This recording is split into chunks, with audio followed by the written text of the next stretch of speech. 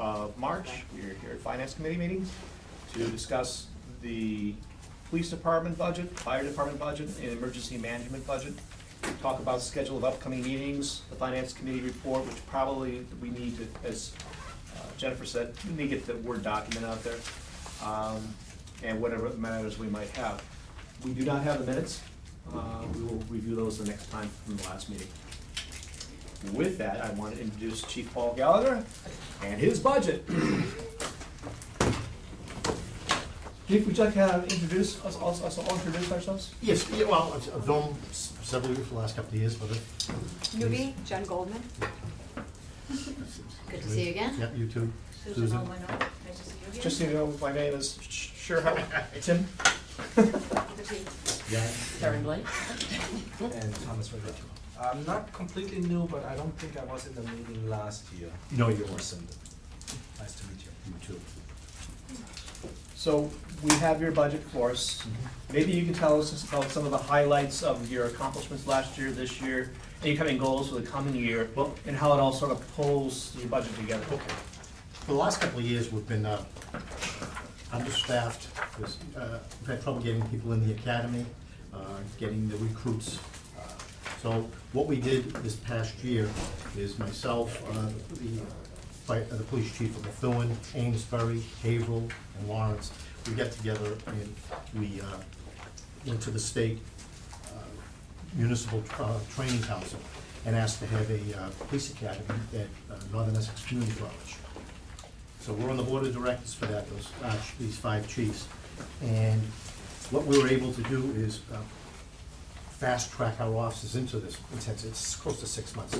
We're just having one graduate next week, the 18th.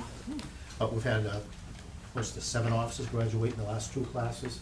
It's the camaraderie was very good. We have all the officers from the greater Lawrence area, which is kind of unique. And sometimes we've had to send them to the State Police Academy, where they have one down in Plymouth, western part of the state, and there is one in Graham if we can get people into it.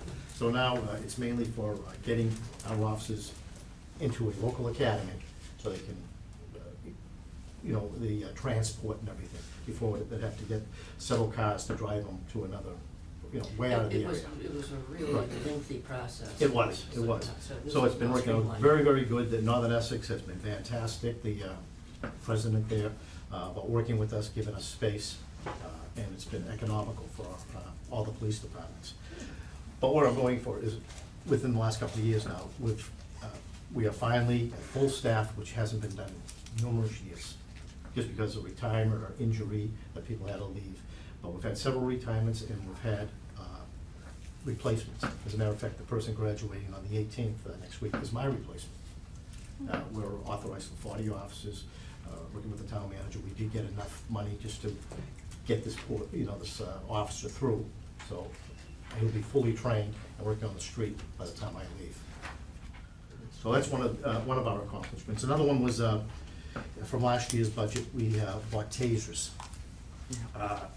It's been all too often. I've been involved in it too. Suicide by cop is somewhat a domestic situation where we've had issues with a person that wants to fight us. It's nothing worse than having an officer have to hurt someone or they hurt the officer.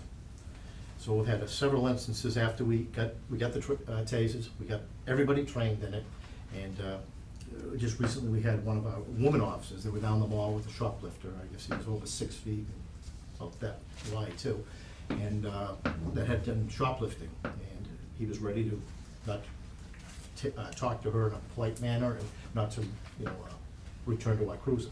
So it could be escalated. She put her hand on the taser, and he immediately was compliant and arrested. Just the 100 suggestion. Yeah, it was about $500-600 worth of merchandise he and his girlfriend had stolen. So that's what we liked. We outfitted our officers with new weaponry. You'll see in the last year's budget, we had some money for new rifles and for a lot of our officers to have in there, and our school resource officers. So that's why you'll see our guns and ammo has gone down quite a bit, because now it's just, we're replenishing the ammo, not any weapons. Okay. a lot of other colleges we've had, trained several new school resource officers in our schools, so they have backup to them. They're in the schools. We work very closely with the high school. They put a camera system in the school system on the high school. There's numerous cameras. In case, God forbid, we had an incident, we'd have eyes in the whole school, actually. And we only use it if there was an incident that we needed. So it's not active typically, you just, but you Not can active, activate it it if has to something be, happens. it's driven if we need it. Our offices during school vacation weeks, generally 3 or 4 times a year, they hit the schools with the fire department, hit the schools, but they train in the schools when they're empty, when the kids are all out of school. And we work very closely with Carla Scazzarella. She's the safety officer or safety personnel that works with us for all the schools. So every door in North Andover, if you go to any North Andover school, you'll see a door number. And our offices in the cruises will have a diagram of the school and the numbers. So if we get an incident, there's something going on, door number 12 at the high school, our officers know when they're going there, where they to go. Mm-hmm. And then now we have, with the eyes, which our dispatch center can look for, I think there's over 80 cameras throughout the school and outside. And we've had some vandalism in the past outside the school, and this will help us too. So we've been working on that, and the school department is very good helping us get that done. That's been one of my focuses for several years, but we never know what's gonna happen. And we'd like to do it next to the middle school or something like that, because middle and high school are generally where it happens. Unless that tragedy we had with the young children, a few years back in December. So our officers, all our supervisors are trained in FBI leader courses. It's a law enforcement program for executives. And we were very lucky to work in conjunction with Andover Police and some other agencies to provide this leadership executive training. It's generally only given to captains or chiefs or deputy chiefs. And all our sergeants and lieutenants, the whole staff supervisory staff has been trained. It's like a 3-part education program. It's from a leader to get to a chief executive as a chief. And the officers right now, they're interviewing at the former police station for chief. They've all had it, so it makes me feel good that Sure. they have this in their back. Is that training, the FBI leadership training, is that paid for by a grant or? It is paid by a grant. Very good. Otherwise, I've sent officers where it's close to $1,000 per week. Oh, Plus, wow. I'd have to pay for them to go to a school, which could be anywhere in New England, when it's offered. But through the grant, with the FBI and with Executive Office of Public Safety, they got a grant, so it's free. And the travel to Andover was very good. Very good, yeah. Good year. Tell me something about this school year 17 that you're leaving. Well, 17 out, we will have, a new chief. You should know maybe by tonight. I will train him. I've been training these officers for the last few years anyways, because they have been part of my command staff. But it's 2 lieutenants. Okay. One in charge of detectives, and one in charge of the uniform personnel. And they do a great job. They really care. They're homegrown, like a lot of our officers are. What we look forward to in next year is technology. We're outfitting, as you see, there's 3 cruises we're gonna ask for in our budget. I don't know if you got the one that says Tahoe. It's not a Tahoe. It's 3 Chargers, Dodge Chargers, all-wheel drive. What we have now, we tested them out in the snow, being all-wheel drive, they work fantastic. Right. And that's, before we thought we'd have to go to SUVs, but these cars have worked out very well. And what we're updating some of our, all the lights and the sirens and the radio systems in them, plus we're putting tablets in all the new cars.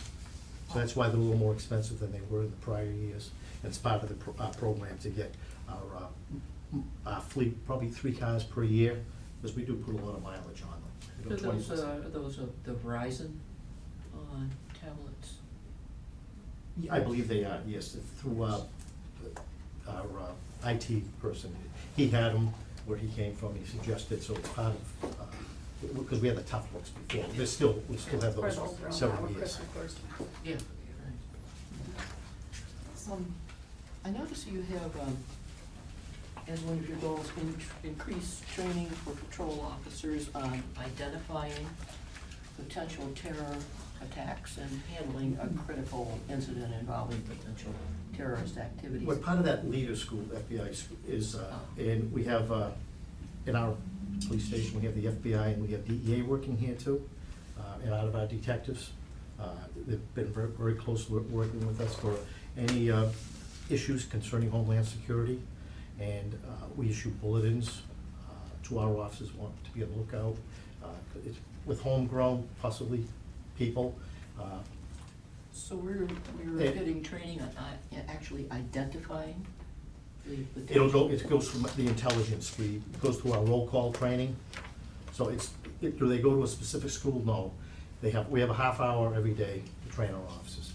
So any new intelligence that we get or possible training that the FBI or Homeland Security or the state police, it's a fusion center that's our Homeland Security for Massachusetts, gives us, we present it to our officers. It may be more than that, than just a roll call half-hour training. It may be a class that I will have instructors from our department. We train our officers through, it's train the trainer, and they'll train our officers. I see, so this is a two-pronged training, one to handle the attacks and the other one to identify. To identify, yes. The And that's where a attacks. lot of our school training I was telling you about. We have the fire department, anytime we do training in the schools now, for any kind of situation, they're with us. The fire engines and the chief or deputy chief was always there also. It looks like the only thing that's really stands out, at least for me, is the full-time salary. So that goes to being fully staffed in 2017, is that the? Yes, Was it and the- with the. I see a shift down of other things, but that's the shift. Yes.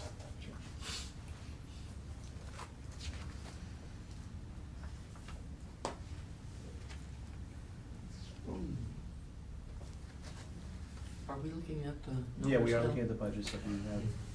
I see that there's a shift down in the number of types of overtime. Yes.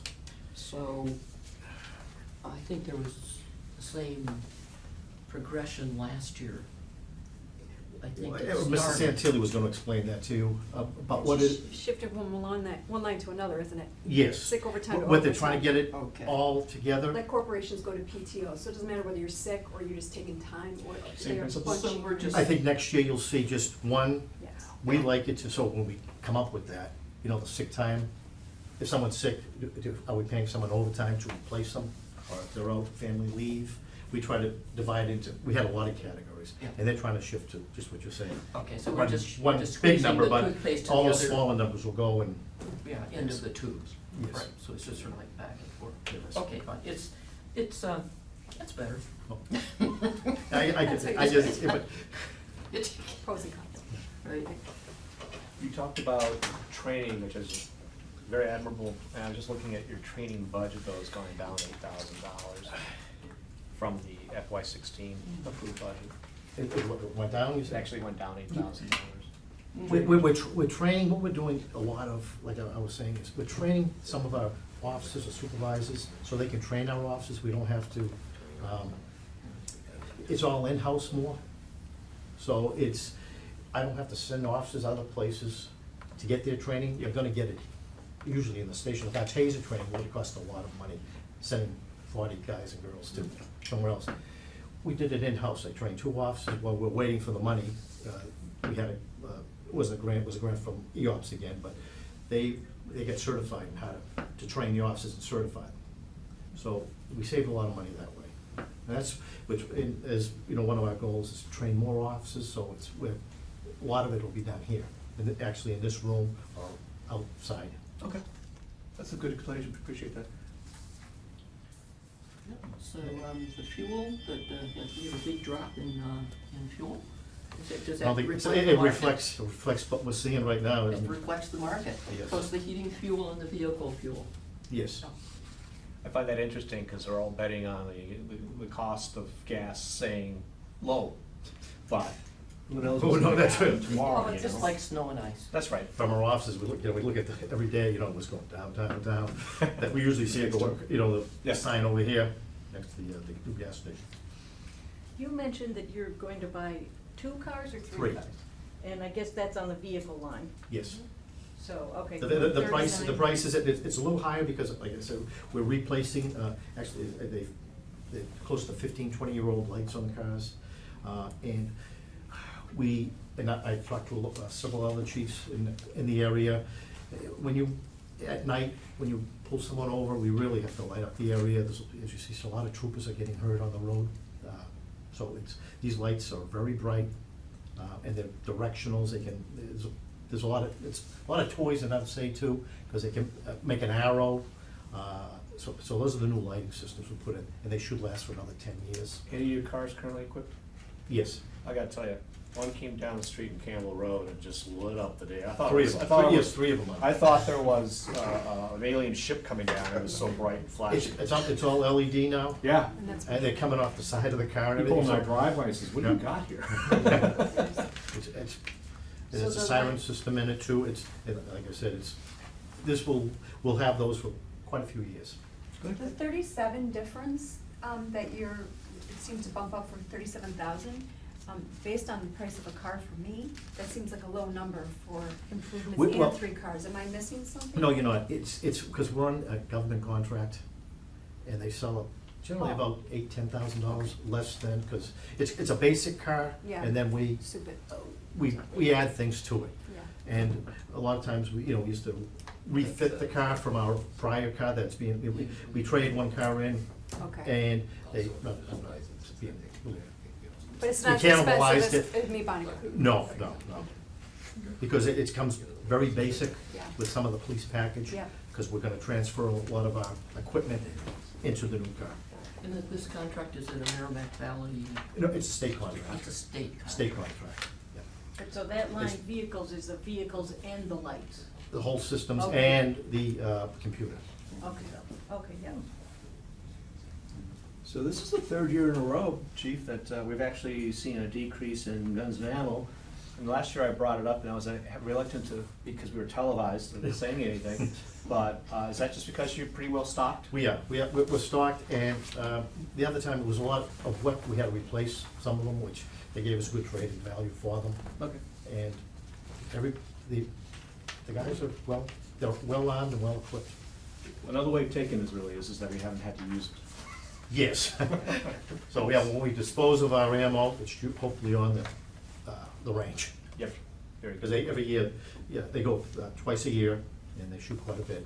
And first thing you do is use your old ammo that's been on your belt and your weapon. And then you're issued the brand new ammo. Okay. Good. So we're gonna have a new chief, A new chief. and so is there anything more in the budget that you've thought the new chief might need? or- Actually, because we have a director of administration here, I don't know if you know Rich Betcher, he just retired. He's been here for 25 years. And we'll be having a new one, it'll be announced tomorrow. He's right behind me, I believe. I can't officially say that yet, but he'll be working on the budget with us too. He was our lead communication officer for several years. So, I think it'll be televised. Be quiet. Well, it's tape delayed, so. Okay. Just a mail will announce tomorrow. So we're looking forward to it. He's very intelligent. He has a grip. He's worked here several years. He's been part of our staff for a while, but now he'll come to a higher level, so. Okay. Maybe next time we'll have all things on the screen for you, something like that. Is there anything in the budget you wish you had? This is a nice time to say, because neither Andrew nor Ray are here. No, we are well equipped now over the years. When we could, we receive things. The district attorney just give us some things from his drug forfeiture account to help us with some things for our forensic, for our detectives. We've been very well at getting grants. Really, it's just the cruisers this year that we, it's the officers, that's their office. It's understandable, yeah. You know, and I like to make sure that they're safe, and when someone's in the back there, that, you know, they're gonna stay there till they get to the station. Yep. So, yeah, the one thing I just noticed, so when I compare your actual spending in 2015, it's almost 10% below your original budget in 2015. And I think it's just across the board. So are you expecting this time to really hit your budget and spend everything, or is there, again, a little bit of reserve? And I think we'll cushion in be coming in close to what our budget is, what was allocated to us. Again, a lot of time with the overtime, we have 4 men on the road. We don't have, I think I mentioned this last year, we don't have minimum manning. I mean, you guys may have it, but we don't. And our preferred manning is 4 officers on the road. A lot of times we have 6, 7 officers, which is great. But we have that buffer if case a sick, a vacation personally. Some of the officers have been here several years. Their vacation times they have quite a bit of. And then they have a choice to take, in lieu of holiday, the younger officers, they don't take holiday pay, they take a day for it. Mhm. So, sometimes we save a lot of money that way too, but we never know, because we only have 1 injured officer right now, it's gonna feel lower. We've been very lucky, because we have a line item for injured officers, and sometimes we have several a year that we have to replace this year, and these have been really low.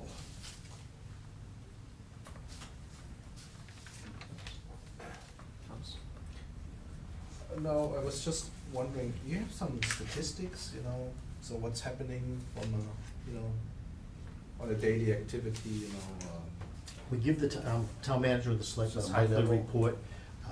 I probably should put those on the Facebook or our website. I mean, are we getting safer? Is there more crime, less crime? Actually, Or is it a shift? it has been maybe? going down. Yeah. We've been very lucky about the opiate problem, which is hurting everybody with it. Working again with the fire department, this year we had Narcan too. We were one of the first to get that. The fire department had it, but I talked to the chief, and I can't, those precious seconds, I couldn't wait. My officer's standing there giving CPR while we're waiting for someone with Narcan to help out with his paramedics and the fire trucks. So every officer's been outfitted with Narcan, and our special officers too. So, but we've been lucky about that from that right now. Did we have, I don't think we've had. No, I think last time I checked with Jeff was a couple. Good. You know, one of your officers helped out, I think he was off duty, you sergeant. Yes, The yes, North Sergeant Andover. Landon, yeah. And the fire department said a lot of what we call saves, when we try to, of course, when we get them to the hospital, we try to help them out. I point out that there is on page 219 in the one that says document-wide criteria. I have no idea why it says that, but it says on page 219 of the budget book, Carl. there's a nice graphic. Yes, we did do this year. Yeah, all right, about the calendar year bookings, calls for service, domestic abuse, or 3 of them,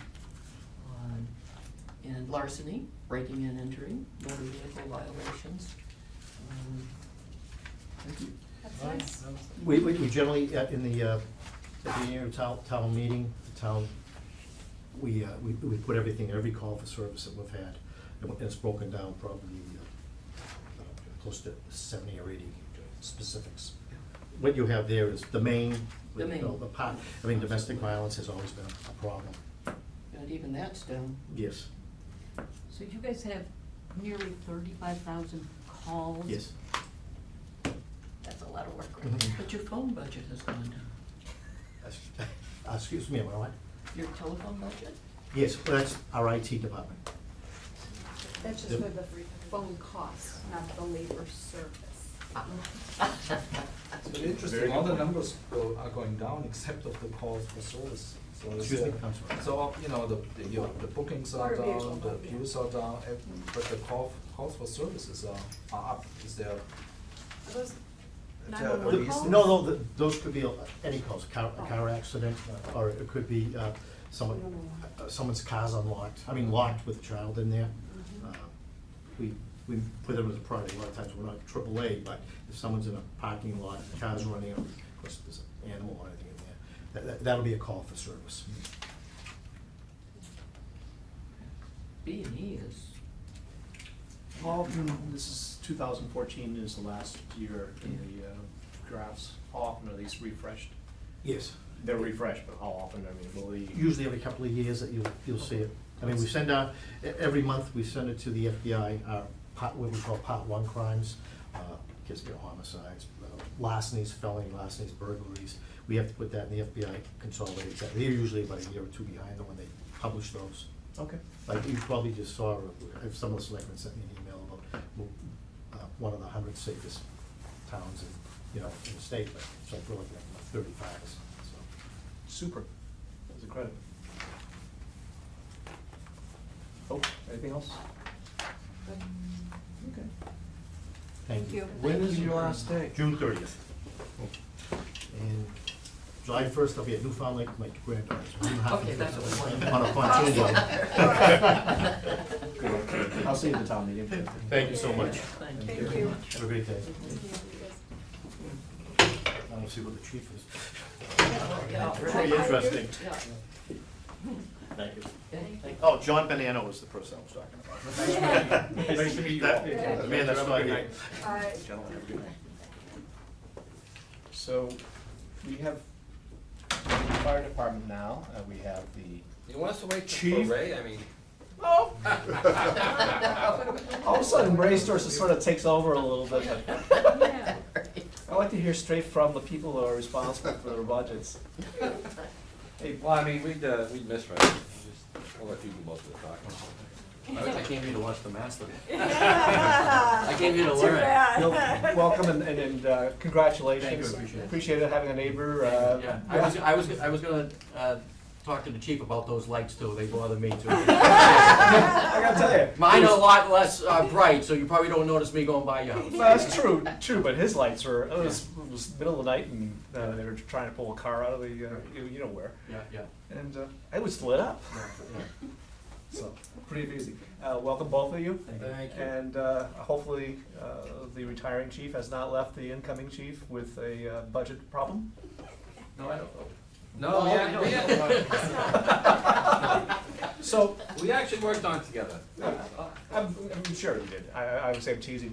But what were your accomplishments last year that you like to brag about and thump your chest? And what things are you looking forward to, Bill, on the go forward? I think a major improvement with our fire apparatus now is classified as a Class 5 ambulance, which means they carry all the medical drugs that we carry on the ambulance. So as the police chief was just saying, Narcan is now carried on the fire apparatus, albuterol, aspirin, obviously, for chest pain, some other items that the ambulance carries that we now carry on the fire apparatus. So instead of, waiting for an ambulance to arrive, they're getting that medical need, that medication right away. So, it's the apparatus goes on a lot of medical calls. We have 2 ambulances, they do 2,600 runs a year. We probably transport about 2,000 people a year. we see you a lot at Edgewood. Yes, yeah, it's there, yeah. Several calls there. And then, so when you're waiting for a mutual aid ambulance from another community, all the fire apparatus has, everybody on it are EMTs also. So they now have the ability to give Narcan, to give albuterol, and some types of those medications. So that was a major improvement. We've continued upgrading our SCBA's, self-contained breathing apparatus. We've completed the year number 2. So all our frontline pieces have brand new self-contained breathing apparatus. We've put on 4 new firefighters this year. We've had 3 retirements, and then with the addition of the deputy chief that came back that I began in July, which we didn't have that position for quite a few years. Okay. So with the retirements and the addition of the deputy chief, we've hired 4 new firefighters. 3 have already completed the fire academy and are now working on shift, and 1 will be going March 21st to the fire academy. So we are full staffing for the first time in a long time, which we've already seen an improvement in overtime. We've been able to lower that cost. This past fiscal year, we've had some injuries where the overtime was higher. We had some people out this long term. Unusual to have people 3 out that long of a time. So the overtime budget did take a hit for the first few months of the fiscal year, but it has been lowered quite a bit now with the addition of new firefighters. What we're looking to do for next fiscal year is having mobile data units installed on the fire apparatus, which we don't have right now. We don't have that capability. Mobile data, laptops in the fire apparatus. Currently, the ambulances have it, and they're able to do their patient care reports on the laptops. What we were the first in the Merrimack Valley to be able to download patient care reports right from the ambulance or right back at the fire station. There's been a printer set up at the Lawrence General, and the Holy Family is in the process of doing that. So it's getting our firefighters back in service a lot quicker. Before they had to wait, finish the report, hand it in, and then come back. So we're seeing the firefighters get back in service a lot quicker. So that's something that we've improved on. But the mobile units are something that we really need to have. We really been looking for them for quite a few years. It'd be similar to what the police department currently has in the cruisers. Okay. It would enable us to pull up real-time information right on scene, which we don't have that capability right now. Also, it'll help us doing our inspections. When we go out today, the fire apparatus goes out, they go in to inspect the building, they're still doing it On a clipboard. on a clipboard. So they're gonna be able to do this right inside the facility that they're working at. They'll be able to take photographs of the building, attach it to the inspection, and in the event that we go to that building for some type of incident, we'll be able to pull that information right up en route to the scene. So that's what we're looking to do, and Sounds like- try and get it a little bit into the 21st? 21st century. Yeah. We're still doing a lot. I did visit Andover, and they're still doing a lot on paper too. So, but this is something we really need to do. It's going to be a great improvement. John Bonanno, who you met here tonight, is going to be great assistance to us in moving forward with that. We'll be going to a new fire server at the IMC, which I'm sure you've Heard about, yep. heard about. So there's a lot going on next year. It's going to be a very busy year for both police and fire, but I think we're moving in the right direction as far as technology. It looks like your training budget's going down. Don't you need a lot of training with all those new things? That training it's going to continue as far as the amount of training. What that is the person that did the training, the money that was paid to him to do the training has moved up into the overtime budget. The town wanted it that way. We were paying part of that out of that line item, so so the training is not going to go down. Our EMS training is, I don't know if you've been to the new fire station yet. I have. Yeah. Okay. We have a training, the training room. Monthly, we're doing classes in there. So the training is actually stepped up. We're a little different than the police department. The police department, a lot of their training they have to go out to do. A lot of our training is on duty. We have to do it a lot of times while we're there. So a lot of our training we do in-house. Okay. So it keeps our costs down instead of going out to do it. Individual training, firefighters go out and do that. They can take classes at the fire academy or anything related to the fire service, as long as it's approved by the chief. They can take that type of training. So, but more of our training is we have people come in to do it there. Or we'll go out, you might have seen us out ice rescue. We do it on shift. It's no cost.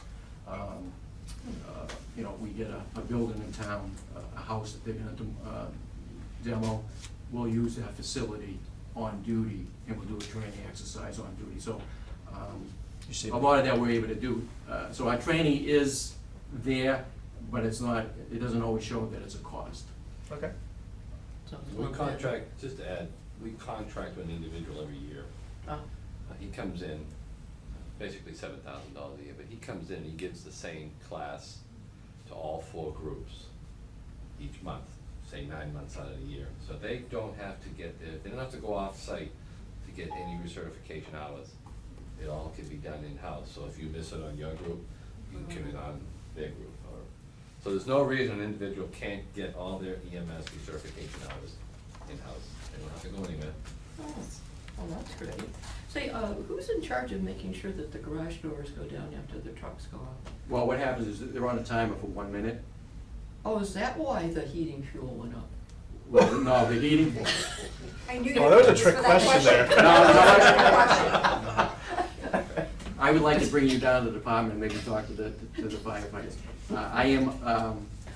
I look at everything to try and save, but the cost of this new building is gonna be much more than what we were paying. It's an energy efficient building, but it's so much larger. So we're estimating at what these costs might be. It could be higher. Okay. So we're just trying to go with a couple of the bills that we've received, but we've already noticed it's gonna be much higher than we paid originally at the other station. It's just such a much larger building, we're using a lot more electricity, the heating units are much larger, but we are, the guys know, I've gone by, if I see a light on, I make a phone call. Good for you. She's across the street. Yeah, I'll let them know, I'll let them know that someone in the back is talking about you, so. So do you know where Ray put your money for the training then upstairs? I mean, you said overtime, but. So the training education, which went from 34,000 down to 15, that was moved up to, Probably the other overtime. I see academic pay, academic pay? yeah, academic pay. That's what I was Okay. So what that is the academic pay, and Chief, you can correct me if is anyone that has a degree, they're getting paid out of that, but also the training that goes outside. Firefighters can go out and take 21 hours of training a year, and they can get paid for that 21 hours. They can go past that, but they're only gonna get paid. You know, a lot of guys train much more than 21 hours, but it's something that's, that they have that, if they do 21 hours, they bring in their training certificates, and they can put in for that 21 hours. So that's where that was placed. Okay. And there's 2 trainings below and under expenses. There's also down below in expenses, I know you said that it went up above in the personnel lines, but contract services, That's the contract services would be the money that we end up contracting with Lawrence General for the paramedics to come over. okay. Whether it's Lawrence General or if Lawrence General is busy, we have a system where if it's on this end of town, excuse me, we'd have Patriot ambulance come on a medical call. If it's on the far reaches towards Sharpness, we'd have Middleton's ALS unit come. So that basically pays for the paramedic unit to respond to us. Okay. I have to ask, again, more new on the overtime. I see the shift again from vacation personnel, like it all rolling up to the overtime number. Why is it so high? Is it paid differently than a corporation would be? Which one? Well, if I look at 2015 and 16, I just need a little education. There's vacation leave overtime of 300-some thousand, right? There's sick leave overtime of 104, 103. There's a lot of money spent on overtime, and I know it's rolling up for 2017. What vacation leave overtime, I don't understand. If you're on vacation, do you get paid? Why is it overtime? Because you're backfilling. We have a manning clause. We have to have so many individuals on duty. If we're full, we have 13 people. Okay. You can go down to 12. Yeah. If 2 people are out, you have to hire 1 person. So And it then really they come depends out- on what they. They're coming out of vacation, and then they could be paid off. Thank you. And that's probably one of the reasons why the toothpaste is being squeezed into the Oh, I other, understand why it's into the tube, rolled up. because it's Yeah. just, it's better, Counting. yeah.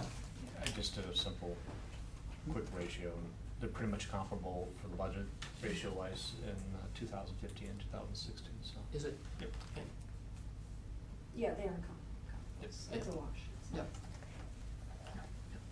I'm usually faster on the calculator, guys. That's okay. Things went smooth with the firehouse? Oh, very, very well. Yeah. No bring back the contractor? Little things, but they've been great. Nothing, I would call them just little, I almost hate calling him, he's such a nice guy, but they're there the next day. But it's been very little things, nothing major at all. Everything's working great. It's typical of anything new. Yeah. Gonna have the bugs. Until it works out. Bugs out. Yeah. Like the heating system, there was an issue when it was real cold there a while back.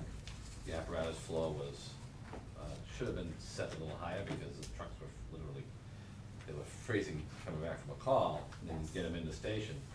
So you wanna warm them up quick because you got water sitting on them, so Sure. they do test it.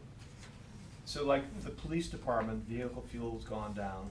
Is that sort of like everyone's guidance from the town manager, from Ray or somebody to say, hey, No. let's cut, or everyone's just sort of say, let's. No, No, I think that Chief what just I do recognized is it. I take I get the monthly reports from DPW, and I average it out, and I say, okay, where are we at? What are we averaging? Multiply that by 12, okay, this is what we're probably gonna spend. That's basically my guidance of, okay, we're gonna drop it. Okay.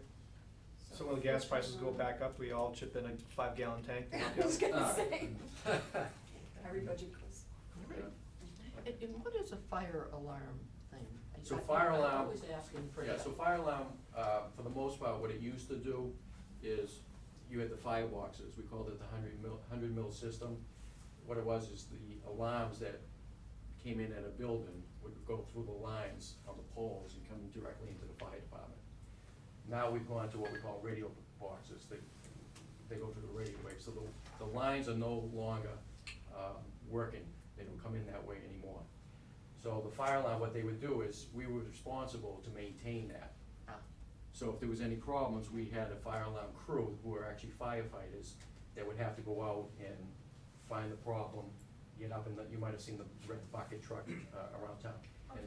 And they would be working on the fire alarm wires. Now that we're with the radio box system, they're really not gonna be going out to do any of that work on any of the poles. There'll be some little maintenance that they'll have to do here and there. When somebody gets a new radio box system, the fire alarm still has to go in and install that into our system in here at the police department. So there is gonna be a need to have that fire alarm budget, but not to what we had it originally. So you see that cost has been lowered. And what's the capital outlay? Capital outlay, Chief?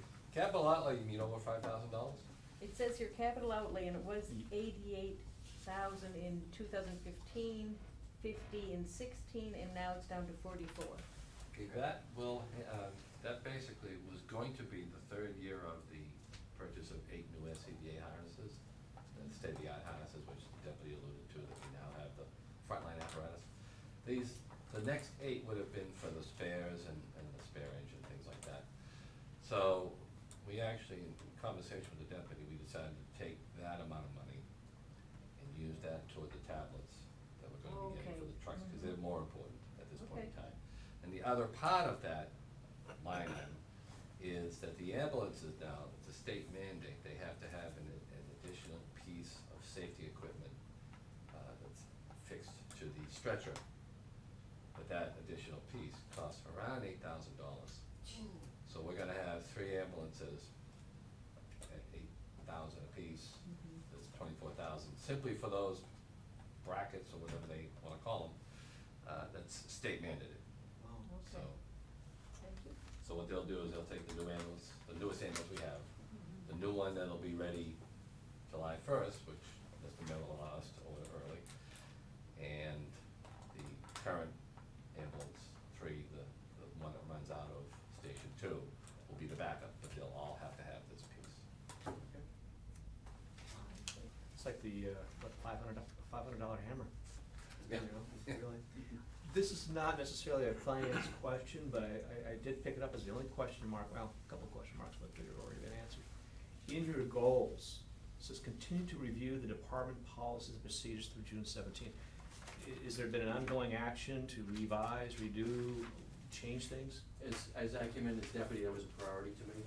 So I've already either developed or revised several of our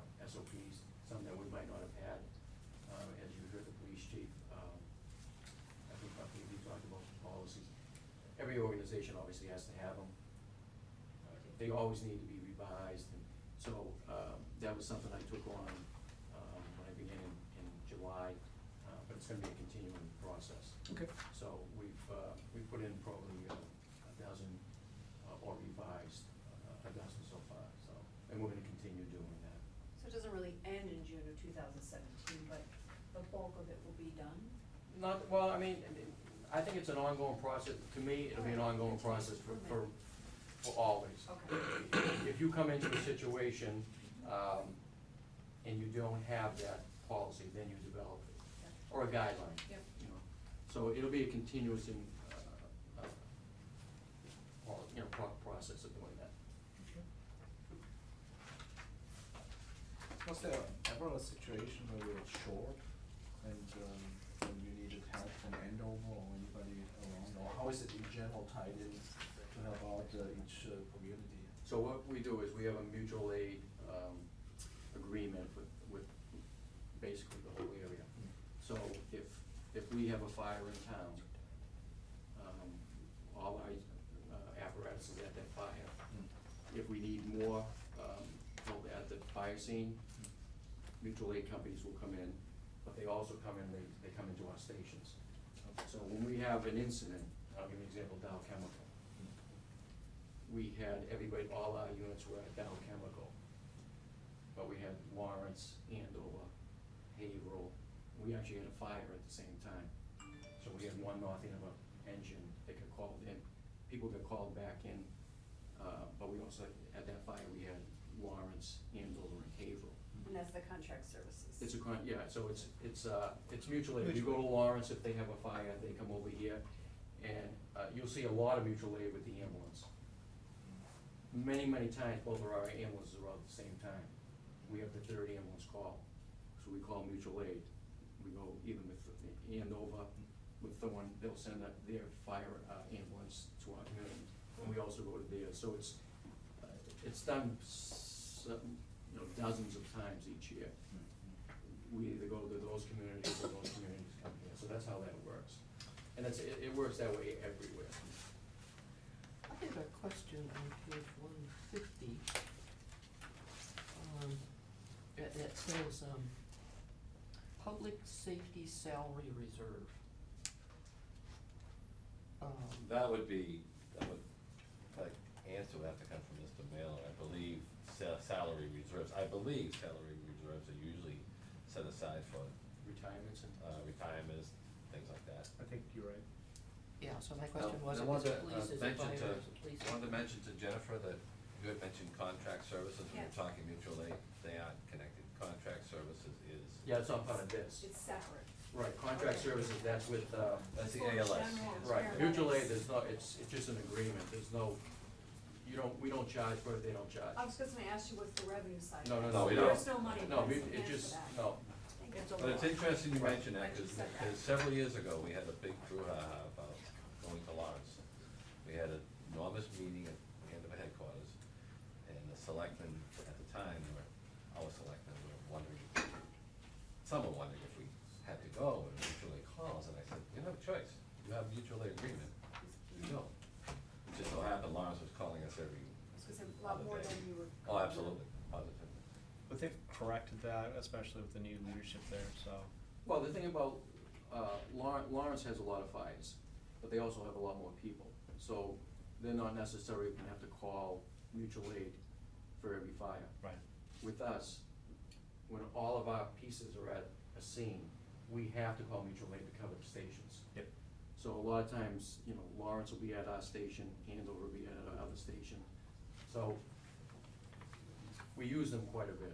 So, I mean, it's not just, like I said, with Dow Chemical, any incident where you're tied up for a period of time, you're gonna use mutual aid. But So again, it's you- not a cost. So you need to have somebody even at your station, Right. like a piece of If- equipment. When we go somewhere and You're we right, you gotta get to fill a the point station. where we know we're gonna be there, and we're not available to go to other calls, we call it a working fire procedure. It doesn't have to be a fire, but once we call that working fire procedure, dispatch here will now make the phone calls about bringing in mutual aid companies. It's called a 10 alarm card. So each alarm brings you different pieces of apparatus from different communities. See, And you're Lawrence- keeping track of all this. Well, see, Lawrence somewhere. has the, let's say benefit, but Lawrence, I believe, is back to about 5 stations, I Right. believe. So if they have a room fire, room and contents fire, bedroom fire, then they can send two engines and a ladder, and they still have apparatus in the city, Yeah. they won't be calling us. But as the deputy alluded, if we have even that, a room and contents, Well, there are more people, more stations, or Right. less and Right. less. A lot of the stuff we Incident, go to, incident. we handle it quickly. Example, the day of the Park Street fire, that we needed mutual aid. But the following 2 days, we had 2 fires where we didn't need mutual aid. One was a chair fire, they quickly got to the scene, handled the incident, and they got the vehicles back in service. Neighbor. The very next day, there was a fire in a bathroom sealer. Very quickly, we didn't have to go to a working fire, so we didn't need to bring, but it's there for you if you need it, depending on how long you're gonna be on scene. Great job, Chair. Oh, that, did you hear about that? Best friends with her. And you know how? I did the sniff test a week later to Yeah, make sure that. that was an interesting, Yes, it was. The That's your- sniff test, she asked me to come over to see if it still smelled like smoke versus Oh. cinnamon. Oh, It's a long story, I'll explain to you later. Okay, fine. Anyway, phenomenal work by these guys in a very complex. Yeah. Any other questions? Nice to see you. I want to thank you for your service, Chief. I wish you the best in retirement. you know, I'm See gonna you miss around the house. this. Can I come back and just like nip check? Absolutely. And Chief, in waiting, looking forward to working with you, and again, no, congratulations. I mean, thank you, this wasn't that bad. And I never saw her. What'd you do? I won't say it, but I think I talked to Mr. Santilli. Thank you very much. Yeah. I'm coming. No, all right. Very nice. Yeah, yeah. Thank you. Nice question. We like your question. Thank you, Mr. Caldwell. July is the deputy, yeah. So, yeah. I'm gonna see you. But now I'm in town clerk. Well, actually, July 5th. I'll still come over. You say so. Yeah. Independence Day. Yeah. Audrey. Go easy on Jeff, you know. See you, buddy.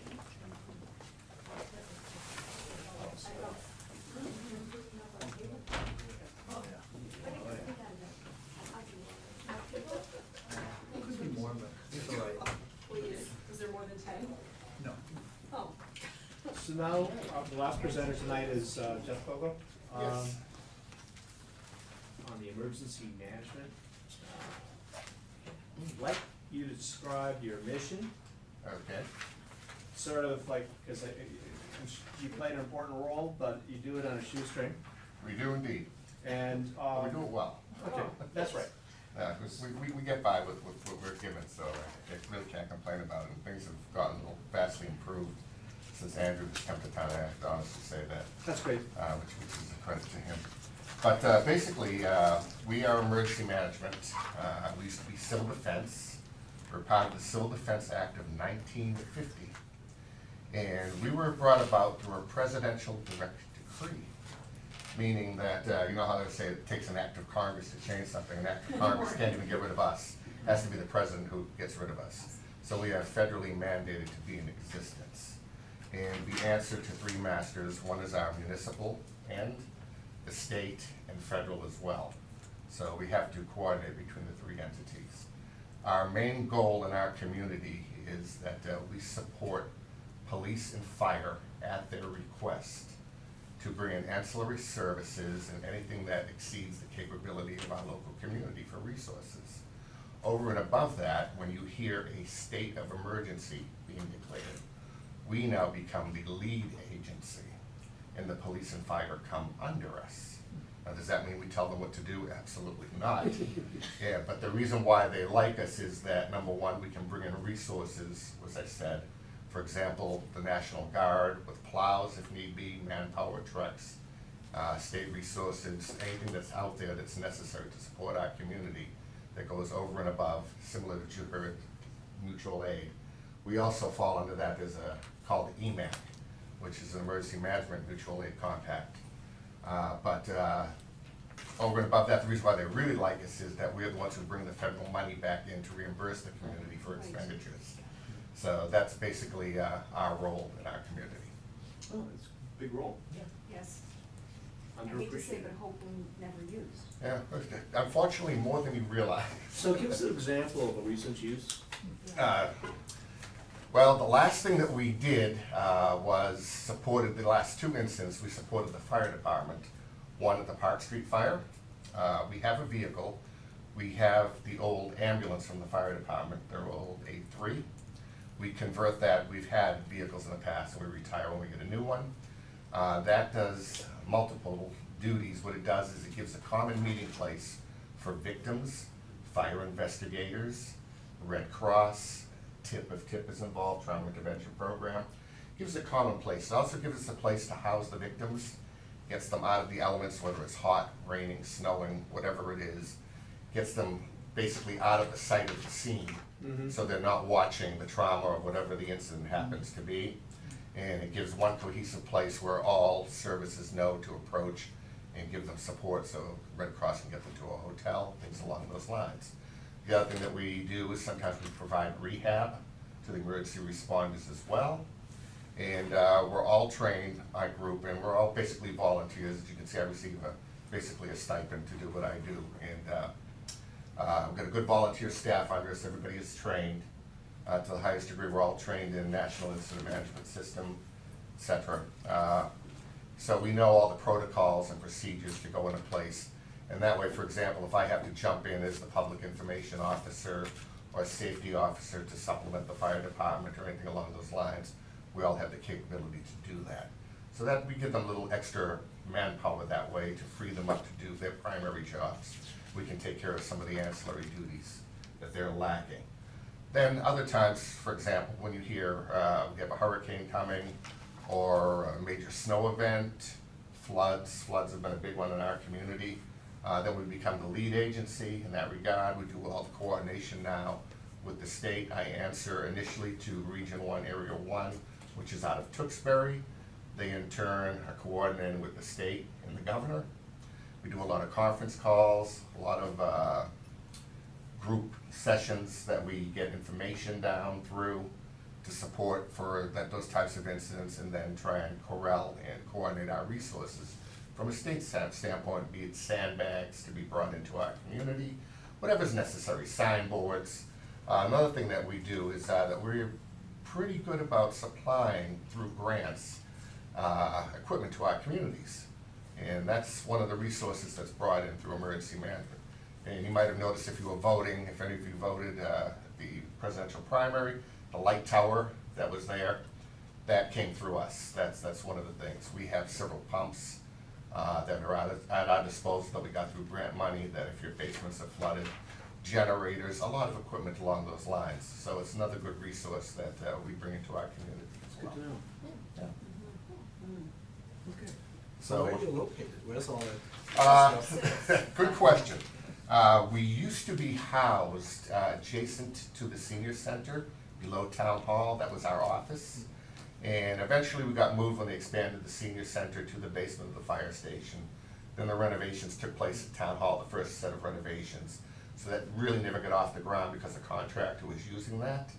Right now, basically, we're operating at, this room is one of our EOCs, theoretically, although it's not really the best qualified for an EOC. But we can also use the fire department as well. And we currently house our vehicle up at the Stevens Estate in the garage that's adjacent to the carriage house. And there's a little ancillary room on the side that we use for storage because we had to remove everything from the fire station down at town hall.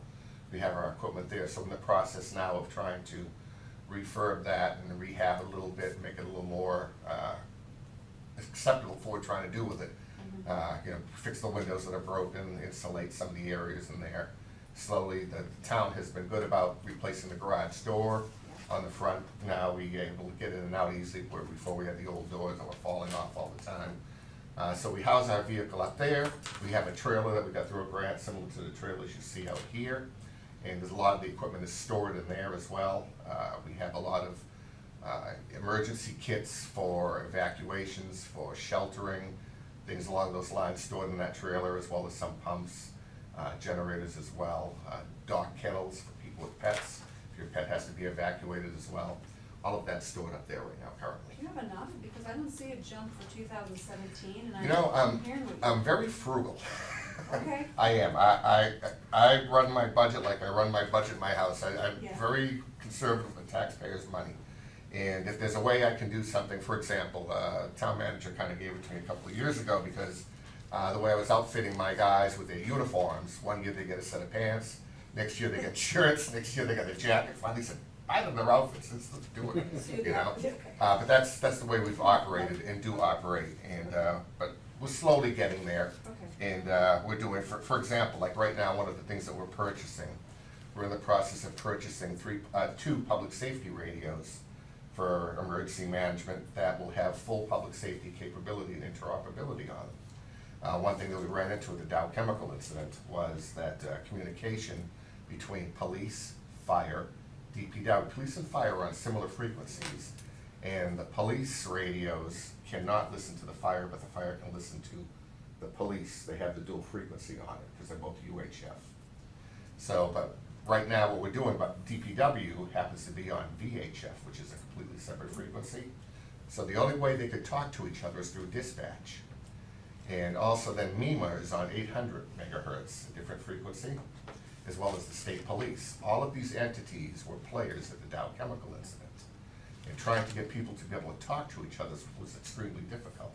So we're in the process right now of purchasing two radios at a cost of slightly over $15,000 that now will at least have the capability on. See, we've been actually working on this since last June, trying to get these radios scoped out and get the bids in. And now we're going to eventually have the capability to be able to handle that on scene, so that way if any of these entities have to interact and talk to each other, they'll be able to, versus having to call dispatch or somewhere Okay, else. so one goes on scene and one stays back at your headquarters. Exactly, or two could be on scene, or however, Okay. whatever is best for the incident at hand. So it actually interfaces all those bands? Exactly. Okay. Well, we had the state police helicopter overhead, we had the fire marshal's office, they're all on 800. There was no way to communicate, so we'd have to go into his command vehicle and try to communicate from there. Dispatch was out on scene, so it gets a little hectic. You This will think help. after 9/11 that they all went into I was just business? a little surprised by Yeah, so these communications from public safety has always been the weakest link, whether it's the verbal command or the actual equipment that you're using. And that's one of the things that we're always trying to work on to improve. How many volunteers do you have? We were basically broken down into three divisions. We have the executive area where there's myself and my deputy, John Savastano, deputy director. And then below that, we have the senior operations, senior communications, and we also had an auxiliary police area. That has now been split off. All the specials you heard the fire chief, police chief talking about, they were all auxiliary / specials at one point. But under the accreditation program for the police department, they weren't allowed to carry both positions. We were kind of unique in our community where all of our auxiliary officers met all the credentials of a regular police officer. They had the power of arrest, they carried a sidearm, they had to go to the academy, be trained. But now that's currently split off, so we don't really have anybody in our auxiliary police. But we have a total of probably about 20, and we just, we're getting one more operations officer in the operations division coming on hopefully in the next couple of months. So the operations division is the one that responds to the scene when there's a flood, a fire, etc. We have a transportation officer who's in charge of our vehicle.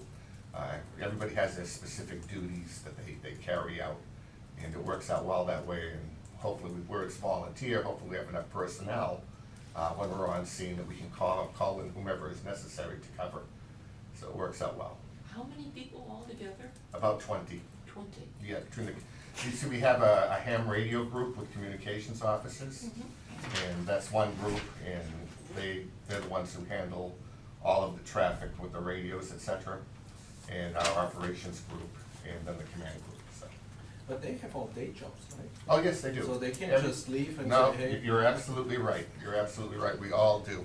But it works out for the most part. That's why we're fortunate that we have a fairly large roster, that if we can have 3 people on scene, it works out well from a support standpoint. Obviously, if we have a major incident such as a flood, something along those lines, we need more personnel, and many of them are understanding that with their job positions, that they have the flexibility to be able to respond.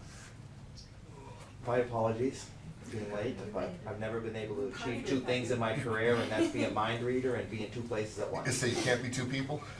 We're gonna back them, I were gonna comment on that. I heard you say 15, I happen Yeah. to be in finance, so I heard Yeah. you say 15 grand, Mhm. but I only see, for 2017, same as 16 budget, 6,000, I don't see a bump. I'm guessing, Is I'm that gonna a speak, capital I'm gonna improvement? speak in just, are you buying one now and one for, in 2017? No, I'm buying 2. In 2017. Right. I'm buying 2 in this fiscal year. The radios you're talking about? Yeah. Yes, I'm buying 2. 154. I actually have it, And you have 3, which I would, I'm gonna push on that, but I would think you better than 2, but anyway. it's actually gonna cost, for the radios, $15,204.60. And what I'm doing with that is I'm taking, my radio replacement budget and taking money out of that. That's gonna expend that, and my capital purchases Oh, as so you have well. money somewhere else? Yeah. That's why the I'm number is. combining I'm from- not seeing a straight number. Exactly. Where do you have money somewhere else? Capital purchases, and, it's taking a little bit out of uniform and clothing. Being creative with these small. He's like Yeah. hitting me a really high. So that- He knows. I know he knows, so that's why I'm just saying, and So, yeah, see, as you well know, each department has the ability to shift money. Not very pleased to hear a department even before the fiscal year starts talking about how they're shifting money, but. No, the previous, Yeah. I'm talking about this year. Oh, okay. this year. Talking this about this year, year. okay. You walked in late. Gotcha. You walked in Don't late. scare me like that. No. Yeah, Yeah. I would do that. Yeah, if departments save money in a certain category. Right, then that's you're why I'm allowed- not seeing a right, straight line. Gotcha. And- That's why you don't see that amount in a specific line. Right. And I'm perfectly fine with that, it was a very, much larger budget, we'd have some issues, but this is $41,000, I'm not gonna. Exactly, and that's what we do. To be honest with you, for example, I just had a cost on our vehicle of $2,167 that wasn't expected. And for that reason, it'd be great if I had an umpteen pool of money that I could say, okay, this much is going to vehicle maintenance, if I don't use it, I don't use it. But I always say I have to keep a reserve in there in case the vehicle breaks down, so I'll have to rob Peter to pay Paul type of a deal in order to make it work, but we do make it work.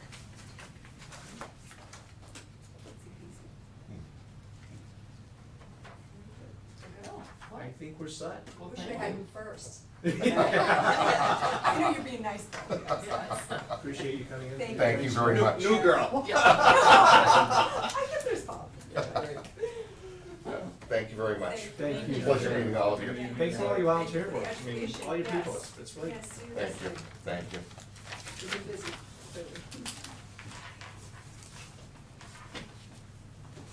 Greg, we've authorized as finance committee the increase in the police and fire budgets by 10%. Don't worry, we had it covered while you were gone.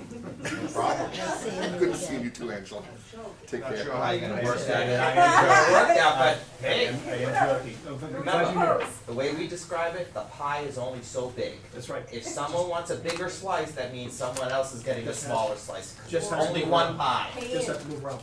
How did the meeting at selectmen's, the selectmen's meeting go relative to the interview with the fire chief, the police? Fire Police chief has been Police- selected. police- Good. Excellent. Have a great meeting, huh? I'm assuming it'll be announced tomorrow. Well, given the fact it was a public meeting, it was already announced tonight. Oh, Lieutenant Charles Gray was appointed as of July 1st, 2016. Oh, good. 3 outstanding candidates.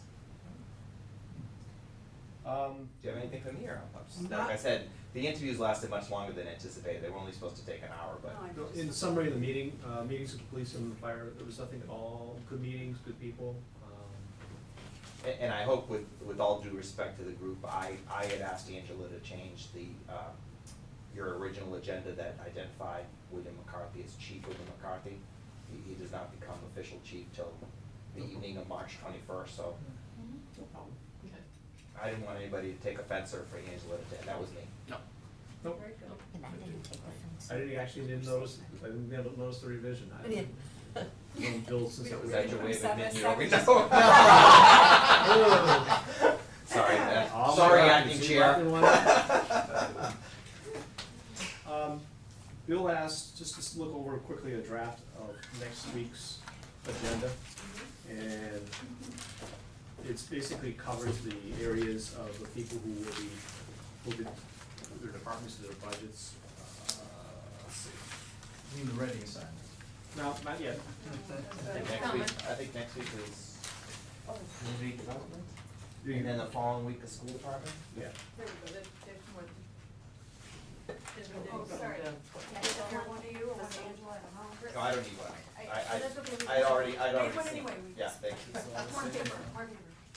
Yeah, it's the So what- community development department's next week, and then on the 22nd, I believe, is school department. This is no change from before. Okay.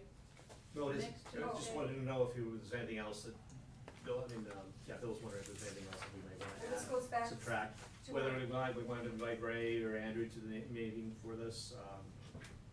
Oh, one of us will be here, but this was Okay. my turn tonight. Do you see Ray, not knowing the individuals on the supporting staff there, will he be able to handle all 5 areas? I believe so. The three of those departments are a little in flux right now. Our health director just resigned, took a job in Tewksbury, so that position is vacant. Our planning person just got hired, so she's brand new. And our inspector of buildings is retiring as of April 1st, so Eric will be able to handle. He's gonna have to. Yeah. I mean, the only questions you may have is on Stevens Estate, so I'm sure he'll bring, and that director is fairly new also, so I'd like to have the Stevens Estate I director. will mention it to him. Because this has been a nice little turnaround, Yep. as small as it might Yep, be. I will but it's an mention it to enterprise her, and fund. it'll give you an opportunity to meet her also. And they've had conservations coming too, right? They gave us a big, what, I'm sorry. Well, I thought the question was, could Eric handle those? Well, I was My wondering, answer and is I'm yes. asking really the team here, I was Yeah. just a question for Ray, but the team here has to say as well. Yeah, Conservation, Yeah. we like, Yeah, I would like to. so we can have that person as well? sure. Who is that, by the way? Jennifer Hughes, she's been here for a number of years. And I did put the conservation document up into our Dropbox for now, the one that Bill sent us a while ago. It's in my junk file. And for the Stevens Estate is Joanna, I may not be pronouncing her last name correctly, Joanna Willette. I may not be pronouncing that correctly. Angela, make sure you add names to this, and obviously it's still draft when you give to, yeah, Yes. you still be draft when you give. But I to will Bill. mention it to Eric tomorrow, to have those 2 ladies present.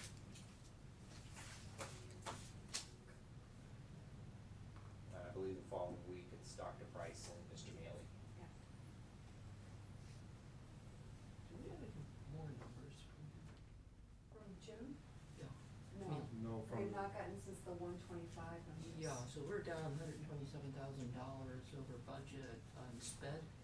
Bill just emailed me about, because I asked about the public hearing, he made a comment about that, and he said he's working on it with 2 people about the timing of that.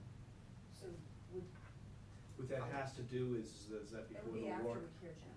it's the timing of the warrant, when's the warrant have to be published? 22 days before town meeting, so somewhere mid-April, because town meeting is early this year. Because the reason is that we cannot invoke sped unless we have a special town meeting Correct. within the meeting. That's correct. And so therefore, if we can't publish it, it's probably not gonna happen. That was from I Andrew. will That was tell from- you, that was from Andrew. I will tell you that it will be happening. The special town meeting within the town meeting. Okay, they've already decided that? It's pretty certain. Okay, so I was just looking for February numbers from Jim, that's all. Oh, you should, Karen's talking about, we got an update through January of our deficit in the special education. Okay, I will call him tomorrow, because I know it was a discussion during our weekly superintendent's meeting this morning. Okay, so just what it's looking like Yep. at end of, Yeah. in February, so we can. Yeah, and you're talking about the transfer out of the sped stabilization fund that was Exactly. What established it's gonna last be year. covered. We wanna Right. get our mind around it. Which has certain specific parameters of how much can come out in the course of a year and 2 years.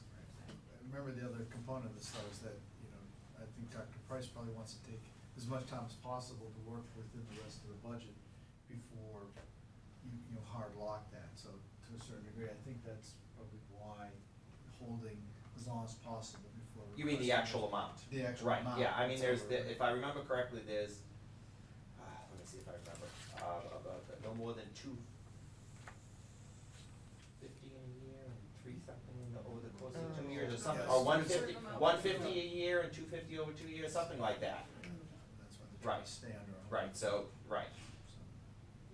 So whatever you may ask for this year, you have to be careful that you're, and it's also, well, you guys are gonna make me wrap my brains here. They're for unexpected expenses, not things that were. Unforeseen. Not for things that were unplanned. Un- Right, yeah. totally unforeseen and unexpected as opposed to things that should have been planned for. Right. And that's a criteria that we have. Right, that was a criteria of the fund itself. So here's. I may not have the exact wording. So that it is in the book, your budget book, on page 28. How close was I? Not too far off. You can request a transfer from this fund or amount not to exceed $250,000 in any one fiscal year if the following conditions are met. Eligible costs are limited to out-of-district placements and transportation costs. Costs are unforeseen. The school committee, finance committee, and board of selectmen each by majority vote affirmed the costs were unforeseen and paying such costs from the appropriate school department budget would adversely impact the delivery of education in North Andover. So. In any 2 consecutive years, it can only be a total of 400,000, right? Okay. So if that request is made, there has to be a special meeting within the meeting. Yes, because it's, To approve. because if not, the way it works is when you appropriate funds at town meeting, they're really for the next fiscal year. So they wouldn't be eligible till July 1st, and obviously the reason for the request would be that they need the money in this fiscal year. So rather than calling a special town meeting and all the mechanisms that go with that, you would call a special town meeting within the town meeting. So at some point in time, the moderator would recess the actual town meeting, go to special town meeting, do all that's necessary, adjourn special town meeting, and then re-adjourn or reconvene the actual town meeting. Actually sounds very practical.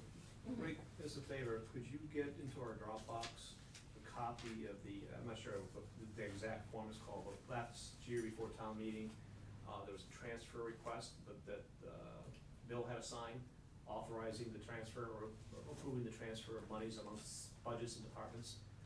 Oh, the in-house shuffling? I don't In-house know if shuffling. Lynn has done that yet, but I will. No, I'm asking for last year's. Oh, last year's. Copy of Last last year's, year's, I don't have a document in any of my files about that. Okay. So if I could get a copy of that, because I want to know what was shifted around last year. Okay.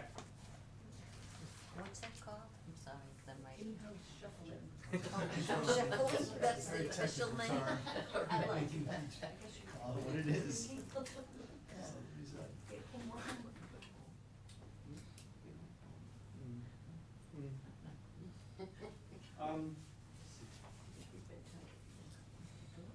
Okay, so let me make sure I got my marching orders correct. So you want Eric to bring Conservation and Stevens Estate.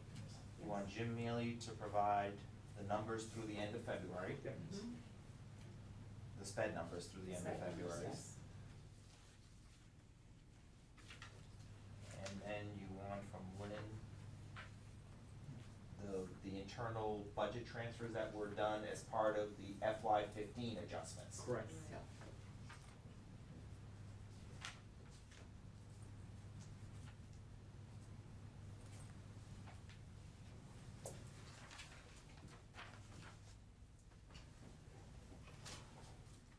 Okay, Thanks, Rick. no problem. Anything else, Ray? Good. Real quick, I think Thomas, you're one of the only person that weren't here when we divvied out the assignments for the finance committee report. So you got volunteered for everything, is what they do. You have the same section you had last? Yeah. You're with the CIP, you get the CIP again. And Karen, you have the 5 up and 5 down? 5 up and 5 down, what's that, okay, whatever it is. 5 up. Sounds like a sports center term. I left a little bit early Does last sound like meeting, that. and you never do that when you start. You know, it's like the big, Assignments. the Entirely new biggest. section, interesting things that happen, the good things and the bad things. Good and bad. Good things that happen in the bad, 5 up and Hard to find bad things, honestly. Call it the Clint Eastwood model, the good, the bad, and the ugly. yeah. There wasn't a template for, because my section's going to be new, it's not like I can just fill in new numbers. No, this was a Right. totally. So there's no like template of what you would want in the school We section. conjured it up. Great, So I'm gonna draft and rough our form, you're That's all right. gonna take it apart, right, and then I know. And honestly, You're gonna revise. yeah, it. Susan is excellent at revising, so. Right, but if I don't come in, you write fast. She's excellent at revising anything. Oh, really? It all comes I'm together. Yeah, I'm that's- good at editing, I'm not good at it, okay. Amazing how well it comes I together. better You get can- started soon. for all of us. What I don't have from Bill really is when it should all be coming together. And we don't have the word document, Or we don't have the Word So document. let's see here. which, and most of you probably I like. think, I think your final report is due, I don't know why April sixth, April seventh sounds familiar. It's, yeah, it's gonna be due obviously. It's that, I think you guys meet that first Tuesday of April and then it's due the next day. The last one. Cause we have to get it to the printers, cause we have that 22-day Yeah. period. Yeah, at the end of this month, we have, our entire meeting is devoted to drafting the document. But does it say on the top of the next page when the report is due? Final review and approval of finance committee report, no, that's us, April fifth. So I'm not sure what comes after that, this is. Well, then the next day is April sixth, Wednesday, April sixth is when it's due at our office. Okay, Then we got 2 meetings to be devoted to. that's right, we're doing it too again. Okay. No later than April seventh. That was close enough. I remember these things off the top of my head, Thomas. Yeah, I didn't, yeah. You better carry your papers or Trying to think logically. close enough. All right. Anything else, guys? Okay, have a motion. Make a motion to adjourn. A second? All in favor? Aye. Okay, I almost forgot my most important